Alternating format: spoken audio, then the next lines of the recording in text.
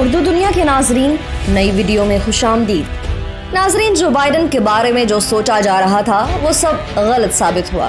Joe Biden امریکہ کے سابق صدر ڈونلڈ ٹرمپ سے 2 ہاتھ آگے نکل گئے۔ امریکی صدر نے ترکی کو پاکستان سے دور کرنے کی کوششیں شروع کر دیں۔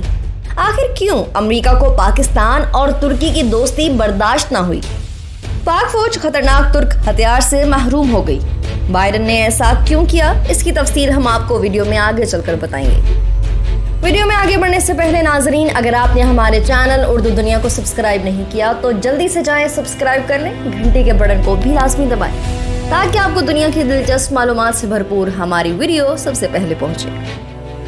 ناظرین، یہاں آپ کو یہ بتائیں گے کہ ترکی پاکستان کا ایک ایسا اتحادی ہے جس کی سرحد پاکستان سے نہیں ملتی، لیکن دل اور روح پاکستان سے جڑے ہیں۔ اگر میں یہ کہوں تو ہرگز مبالغہ آرائی نہیں ہوگی کہ یہ دوستی اور محبت چین سے زیادہ نہیں تو کم بھی نہیں۔ یورپ اور ایشیا کے سنگم پر موجود ترکی اس وقت دنیا کی 13ویں بڑی معیشت ہے اور دفاعی اعتبار سے نہایت مضبوط مسلم ملک ہے۔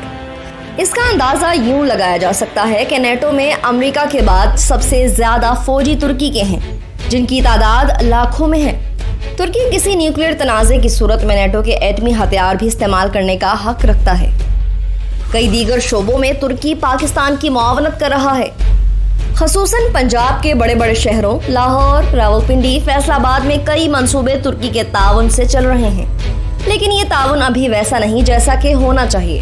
پاکستان کی جغرافیائی اہمیت کے پیش نظر امریکہ کی نظریں ہر وقت پاکستان پر رہتی ہیں، اور خطے میں بھارت کی حکمرانی کی خواہش رکھنے والا امریکہ ہمیشہ یہی سوچتا ہے کہ پاکستان کوئی ایسا کام نہ کر جائے جس کے سبب وہ آگے نکل سکے۔ سی پیک سے متعلق امریکی بیانات اور ارادے اسی خوف سے جڑے ہیں۔ اب ہم آتے ہیں اصل خبر کی جانب۔ تو ناظرین، امریکہ نے ترکی کو مقامی طور پر تیار کیے جانے والے 30 گن شپ ہیلی کاپٹرز کی پاکستان کو فراہمی سے روک دیا۔ بلومبرگ نیوز کے مطابق ترکی کے صدارتی ترجمان ابراہیم کلن نے صحافیوں کو بتایا کہ امریکہ نے پاکستان کو ترکی کے ہیلی کاپٹرز کی فروخت روک دی ہے، جس کی وجہ سے اسلام آباد اسے چین سے خریدے گا۔ ATAKT-129 Agusta A 129 Mangusta platform پر مبنی 2 engine tandem seat multi role all weather attack helicopter ہے اور امریکی انجنوں سے لیس ہے۔ امریکہ LHTEC انجن کے لیے ایکسپورٹ کلیئرنس روک رہا ہے۔ ابراہیم کلن نے کہا کہ اس رکاوٹ سے امریکی مفادات کو زیادہ نقصان پہنچ سکتا ہے۔ ترکی اور پاکستان نے جولائی 2018 میں ترکی ساختہ گن شپ ہیلی کاپٹر کے لیے $1.5 ارب کے معاہدے پر دستخط کیے تھے۔ تاہم پینٹاگون کی جانب سے ترک کمپنی کو انجنز کا ایکسپورٹ لائسنس جاری کرنے سے انکار کے بعد اس کی فراہمی کی تاریخ آگے بڑھا دی گئی تھی۔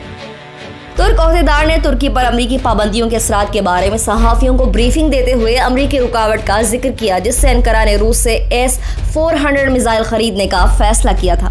انہوں نے کہا کہ ترکی روسی میزائل خریدنے پر مجبور ہوا کیونکہ واشنگٹن نے انقرہ کو مؤثر شرائط پر Patriot air defence missile system فراہم کرنے سے انکار کر دیا تھا۔ ایک یورپی ادارے اگسٹا ویسٹ لینڈ کی شراکت سے ترک ایروسپیس انڈسٹریز کا تیار کردہ ATAKT-129 ہیلی کاپٹر دن اور رات، گرم اور سرد دونوں موسمی حالات میں حملے اور جاسوسی مشن کے لیے ڈیزائن کیا گیا ہے۔ واشنگٹن میں سابق امریکی صدر ڈونلڈ ٹرمپ اور وزیر اعظم عمران خان کے درمیان ملاقات سے چند روز قبل امریکہ نے جولائی 2019 میں پہلی رکاوٹ کا اعلان کیا تھا۔ جنوری 2020 میں ترکی کی دفاعی صنعت SSB کے سربراہ نے کہا تھا کہ انقرہ اور اسلام آباد نے ترسیل کے معاہدے میں مزید 1 سال کی توسیع کر دی ہے تاکہ ہموار ترسیل کو یقینی بنا جا سکے۔ اس معاہدے کے تحت ترکی کا معاہدہ عمل میں نہ آنے کی صورت میں پاکستان کو چینی Z-10 ہیلی کاپٹر خریدنے کا اختیار مل گیا ہے۔ ترک میڈیا کی اطلاعات کے مطابق ترک ساختہ T-129 ATAC ہیلی کاپٹر ابھی بھی پاک فوج کی شاپنگ لسٹ میں ہے۔ ناظرین، یہاں آپ کو بتاتے ہیں کہ آخر امریکہ نے ایسا کیوں کیا۔ ماہرین کے مطابق ترکی کے ان گن شپ ہیلی کاپٹروں میں امریکی انجن ہیں، اس لیے امریکہ کو یہ اختیار حاصل ہے کہ وہ ہیلی کاپٹروں کی کسی تیسرے ملک کو برآمد روک دے۔ دونوں ملکوں کے درمیان معاہدے کے تحت امریکی اجازت کے بغیر ترکی یہ گن شپ ہیلی کاپٹر پاکستان کو ایکسپورٹ نہیں کر سکتا۔ ناظرین، یہ خالصتاً ایک تکنیکی مسئلہ ہے جس کا زیادہ تعلق ترکی اور روس کے درمیان ہتھیاروں کی خرید و فروخت سے ہے۔ امریکہ اس کے حق میں نہیں اور اس لیے ترکی کی دیگر ملکوں کے ساتھ دفاعی تجارت میں رکاوٹیں کھڑی کرتا ہے۔ دفاعی ماہرین کا کہنا ہے کہ اس حوالے سے پاکستان کو زیادہ پریشان ہونے کی ضرورت نہیں۔